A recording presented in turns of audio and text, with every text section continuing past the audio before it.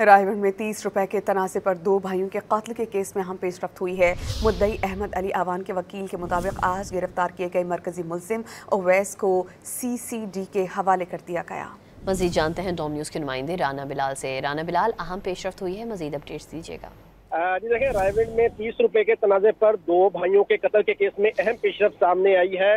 जो मुद्दई के वकील है अहमद अली अमान, उनके मुताबिक जो गिरफ्तार मरकजी मुल्जिम अवैस है उसे आज CCD के हवाले कर दिया गया है और पुलिस की जानिब से मरकजी मुल्जिम अवैस को आज गिरफ्तार किया गया था। अवैस को CCD के हवाले कर दिया गया है, जबकि जो दूसरा मुल्जिम गिरफ्तार किया गया था वो अभी जो रायगढ़ पुलिस है उसी की हिरासत में है। और जो मुद्दई के वकील है अहमद अली अवान, उनकी जानिब से ये भी कहा गया है कि पुलिस की जानिब से इस वाक़े में जो दीगर शरीक मुल्जिमान है उनकी गिरफ्तारी के लिए छापे मारे जा रहे हैं। रायगढ़ में फल फरोश के साथ 30 रुपए के तनाज़े पर 2 भाई कत्ल हो गए थे, जिसके मरकजी मुल्जिम अवैस को CCD के हवाले कर दिया गया है। राना बिलाल अपडेट कर रहे थे, शुक्रिया।